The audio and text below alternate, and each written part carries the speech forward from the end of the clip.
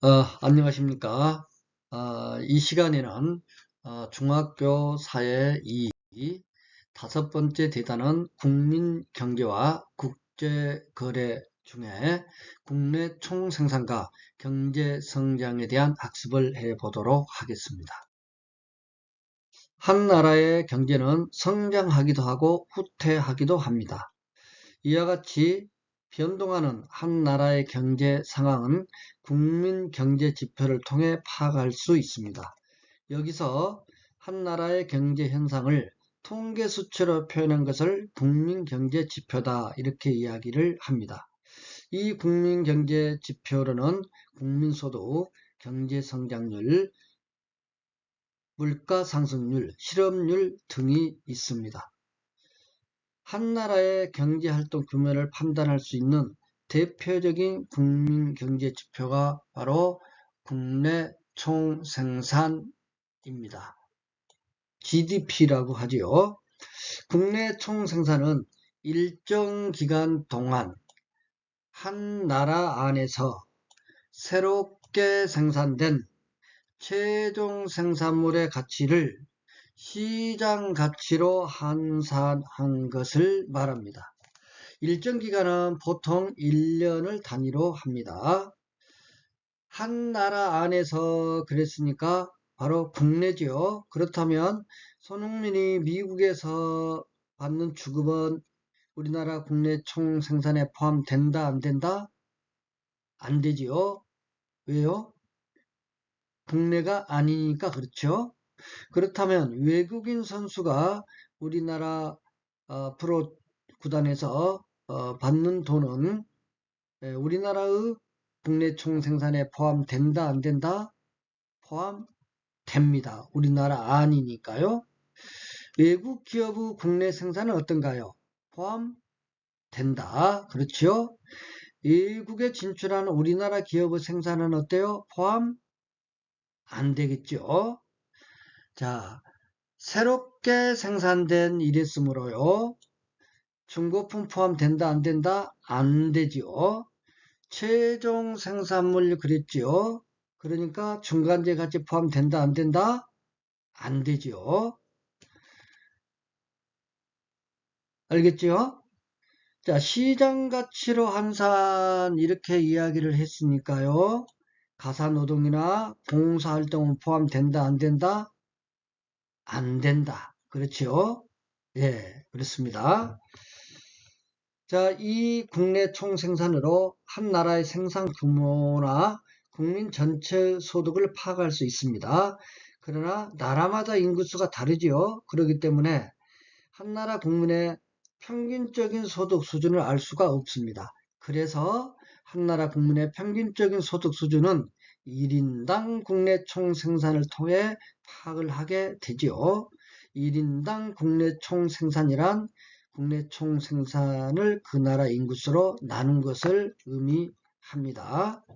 자, 이 1인당 국내 총생산은 국민들의 평균적인 소득을 파악할 수 있는 것입니다. 따라서 이 1인당 국내 총생산으로 국가 간 국민의 경제생활 수준을 비교하게 되는 것입니다.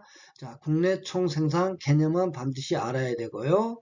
자, 1인당 국내 총생산으로 국민들의 평균적인 소득을 파악하고 그래서 국가 간 국민 경제생활 수준을 비교할 수 있다. 이렇게 정리하면 되겠습니다.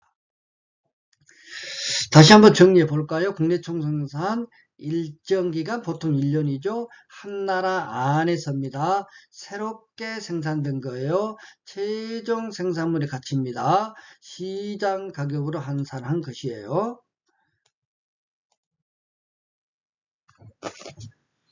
자, 국내 총생산의 한계를 살펴보도록 합니다. 국내 총생산은 한 나라의 경제활동 규모를 파악할 수 있지요. 그러나 동시에 한계점을 지니고 있어요. 자, 국내 총생산은 시장 가치만을 인정합니다. 그래서 가사노동, 봉사활동 등 시장에서 거래되지 않는 것은 포함하지 않는다라는 점입니다. 또 삶의 질을 파악하기가 좀 어렵습니다. 자원 고갈이나 환경 오염 등으로 인한 피해를 반영하지 않기 때문이죠. 그리고 소득 분배 수준이나 빈부의 격차 정도도 알기가 어렵습니다. 그렇기 때문에 개개인의 생활 수준을 알려주지 못한다. 이렇게 정리를 하면 되겠습니다. 또 밀수나 사채 파악이 곤란해서 지하경제 활동도 포함되지 않는다. 이렇게 이야기할 수 있겠습니다. 자, 이제 국내 총생산의 증가가 우리 생활에 어떠한 영향을 미치는지 살펴보도록 하겠습니다. 자, 경제성장이란 뭡니까? 생산 능력이 커져 재화와 서비스의 총생산량이 늘어나는 것을 말합니다. 즉, 경제가 성장한다는 것은 국내 총생산의 증가를 의미합니다. 그런데 생산량이 늘지 않고 물가만 오를 때도 증가할 수 있습니다. 그래서 경제성장률은 물가 변동을 제거한 실질 국내 총생산의 증가율로 측정하게 되는 것입니다. 실질 국내 총생산입니다. 수식은 올해의 실질 국내 총생산에서 지난해의 실질 국내 총생산을 빼서 그것을 지난해의 실질 국내 총생산으로 나누고 거기에 100을 곱하면 됩니다.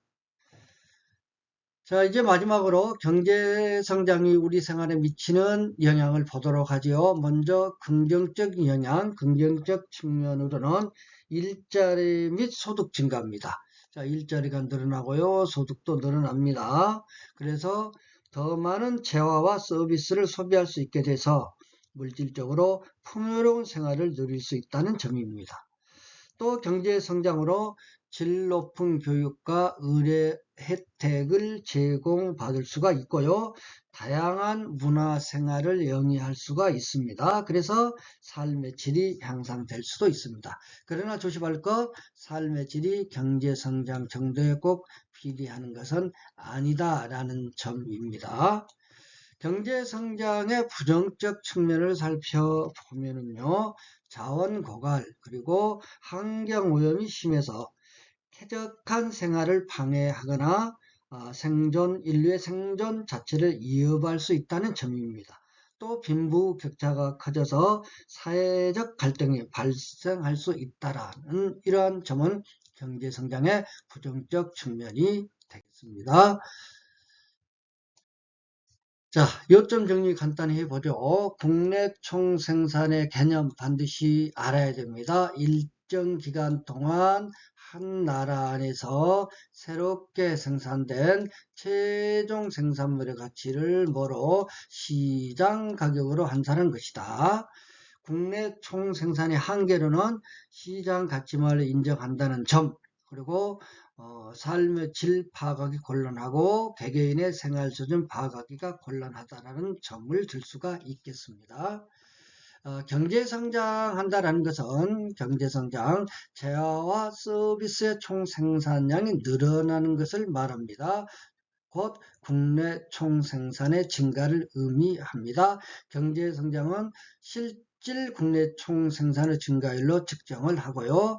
경제성장의 긍정적인 측면, 자, 다 알겠죠? 일자리, 소득 증가, 그 다음에 질 높은 교육, 의료 혜택, 다양한 문화생활 영위할 수 있다는 점이죠. 부정적 측면은 자원고갈, 환경오염, 빈부격차 발생 등을 들 수 있겠습니다. 수고 많이 했습니다. 이상 마칩니다.